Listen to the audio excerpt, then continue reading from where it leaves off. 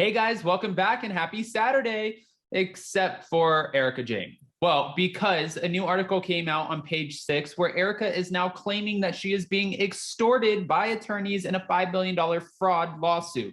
Now, extorted, that's a strong word, so I'm curious to see exactly where she's coming from. But we've had a lot of Real Housewives of Beverly Hills drama, a lot of news to cover. I feel like we're back in that mode since the new season, the 12th season has just come out, that it's going to be one thing after another. And it kind of feels like deja vu, like last season when everything's playing out. And then while the show's playing out, new headlines are coming out every single day about her legal drama.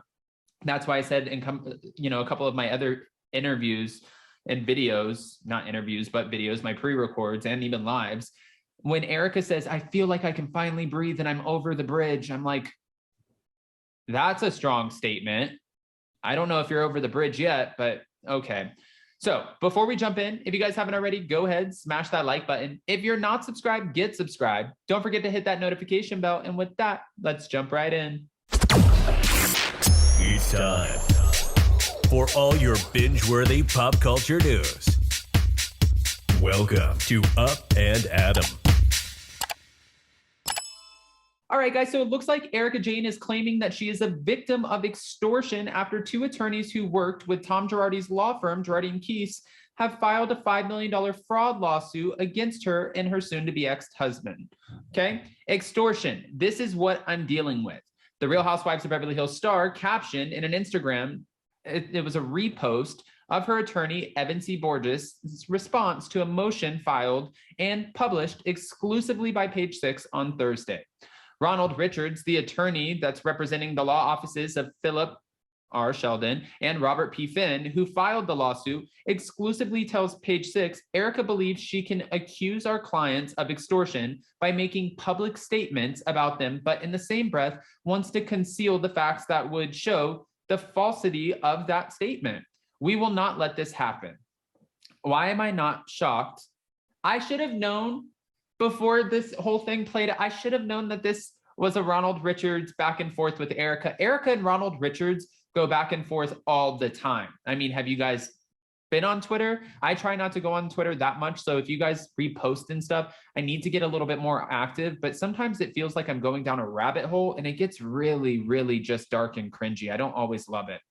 The motion that got Erika Jayne all riled up accused the Pretty Much singer of hindering the plaintiff's investigation by not filing her company EJ Global's taxes to get it out of suspension.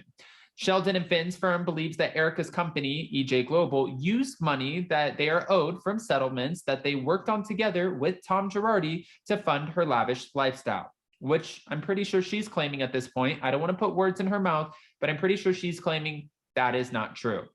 The California Superior Court ruled Friday that Erika is ordered to file no later than June 27th of 2022, a report showing any steps that she has taken on behalf of EJ Global to revive the entity. Separately, Erika requested on May 17th to keep her financial records confidential, which Richards said in Thursday's motion was meritless and left the plaintiffs hamstrung. Okay.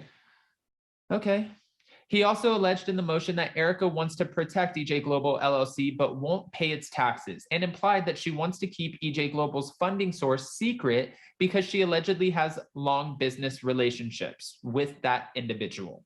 Erika reposted on Instagram her attorney's response to the confidentiality opposition, which read in part, Sheldon and their Twitter, obsessed attorneys want to expose private information, which we already disclosed to the Girardi & Keese trustee under a threat of pay me my money or else I go public. So they feel like they are being extorted. Like you either pay up or you will continue to be under scrutiny. That's how Erika and her attorneys are approaching this from what I can see. Now, I'm no Emily D. Baker. I'm not a legal expert, but it's right here under Page 6. It's written about, it's talked about.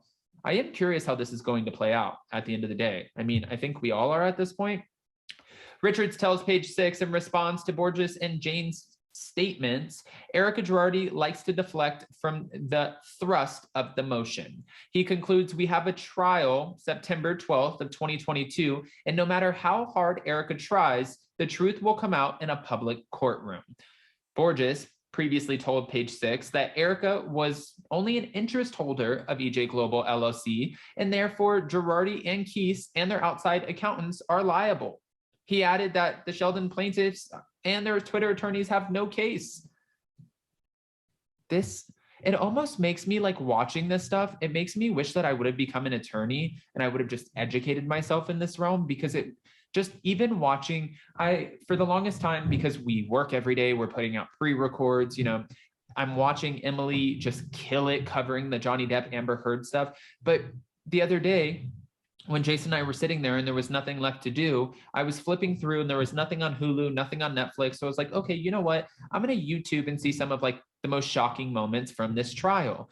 And watching Amber Heard's attorney go up against Johnny Depp's attorney, I mean, it's night and day for sure. Johnny Depp's attorney is like a powerhouse. She is intense. She doesn't take shit. And she's just right there with all of the information. She's ready to go. And then you see Amber Heard's attorney, and she kind of, based off of what Emily says and some of the stuff that's come out, it seems like she just maybe shouldn't have been the one to go in that arena on behalf of Amber Heard against Johnny Depp. I don't have a side here. Obviously, I haven't watched the entire trial. I'm not as well versed in it as Emily D. Baker, so don't look for one from me. I am curious, really.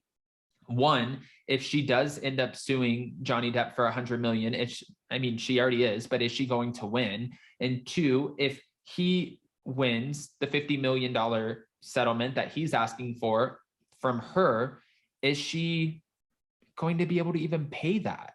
Does she have $50 million to her name? So I was talking about this with someone and they're like, yeah, she got $50 million in the divorce. No, she didn't. She got $7 million, right? I believe that's correct. So if she got $7 million, and I know that she had a couple acting gigs, and yeah, I get that, but she has nowhere near the same net worth that Johnny Depp does. So it just throws me back a little bit. But we're not back to talk about Amber Heard and Johnny Depp. I just went down the rabbit hole. It's just like going on Twitter. I want to ask what your opinions are about Erika Jayne claiming that she's being extorted. Do you feel like these attorneys are doing whatever they can now to extort her? Or do you think Ronald Richards and the attorneys could be onto something when they say, listen, in September, this trial, things will come out. They will come to light in the public courtroom. And if so, what does that mean? Guys, go ahead and comment below. And before you go, I just want to say, I hope you guys have a beautiful, amazing, happy Memorial Day weekend. I know that it's been a crazy time right now. There's a lot of, just devastating things happening in the world, but I hope you get to spend some time with your friends and family, love on them, hug them, just be around them, make some memories, and just be able to breathe for a second. So sending you guys all the positive vibes, hit the like button, get notified, get subscribed, and we'll see you so very soon. Bye guys, love you.